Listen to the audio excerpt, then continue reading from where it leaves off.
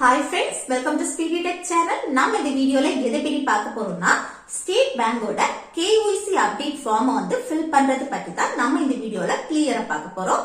Okay friends, நம்ம சேனலை first time பார்க்கறீங்கன்னா subscribe பண்ணி கூடவே இருக்க பெல் ஐகானை கிளிக் செய்வீங்க. ஓகே, இந்த வீடியோக்குள்ள போகலாமா? இதுல ஃபர்ஸ்ட் பாருங்க, பர்சனல் டீடைல்ஸ்னு இருக்கு. அதுல வந்து நேம் கேட்டிருக்காங்க. உங்க நேமை வந்து கரெக்டா எழுதுங்க. நீங்க ஒரு ஐடி ப்ரூஃப் கொடுப்பீங்கல்ல, அந்த ஐடி ப்ரூஃப்ல உங்க நேம் எப்படி இருக்கோ அதே போல தப்பு இல்லாம கரெக்டா எழுதுங்க. அடுத்து அக்கௌண்ட் நம்பரை எழுதிருங்க. அடுத்து ரெசிடென்டியல் ஸ்டேட்டஸ், அதுல வந்து ரெசிடென்ட் இண்டிவிஜுவல் அப்படின்னா இப்ப நீங்க ஃபுல்லாவே இந்தியாவில தான் இருக்கீங்கன்னா அதை செலக்ட் பண்ணுங்க. இந்தியாவிலயும் வெளிநாட்டிலயும் மாறி மாறி இருக்கீங்க அப்படின்னு சொன்னா நான் ரெசிடென்ட் இந்தியனை செலக்ட் செய்யுங்க.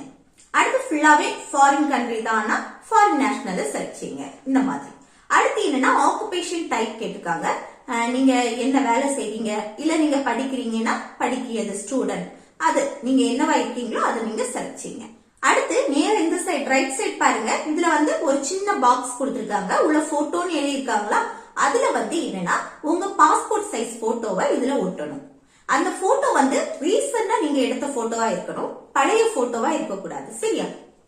அடுத்து கீழே பாருங்க ஐடென்டிபிகேஷன் இன்ஃபர்மேஷன் இருக்கு.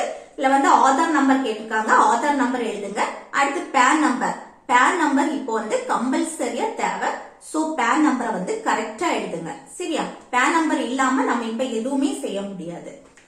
அடுத்து கீழே பாருங்க passport, voter ID, driving licence, NREG, job card இப்படி கேட்டிருக்காங்களா, இதுல ஒரு ஐடி ப்ரூஃப் வந்து சர்ச் செய்யுங்க. நான் ஓட்டர் ஐடியை சர்ச் செய்யறேன். செய்துட்டு அடுத்து டாக்குமெண்ட் நம்பர் கேட்டிருக்காங்க.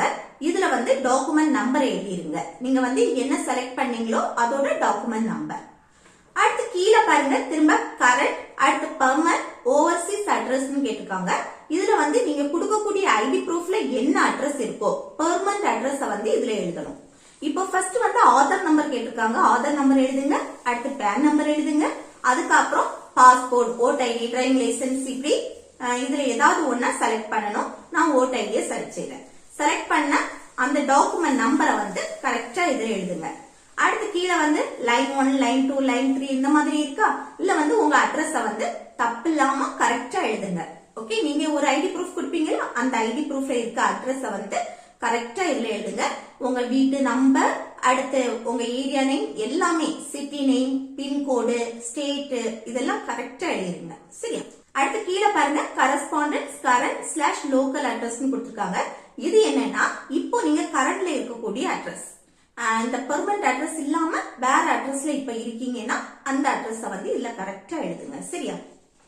அடுத்து கான்டாக்ட் டீடைல்ஸ், கான்டாக்ட் டீடைல்ஸ்ல வந்து மொபைல் நம்பர் கேட்டிருக்காங்க, அந்த மொபைல் நம்பர் எழுதுங்க. அடுத்து இமெயில் ஐடி, அது வந்து உங்க ஆப்ஷனல் தான். சரியா? எழுதுறதா இருந்தா எழுதலாம், இல்லைன்னா வேண்டாம்.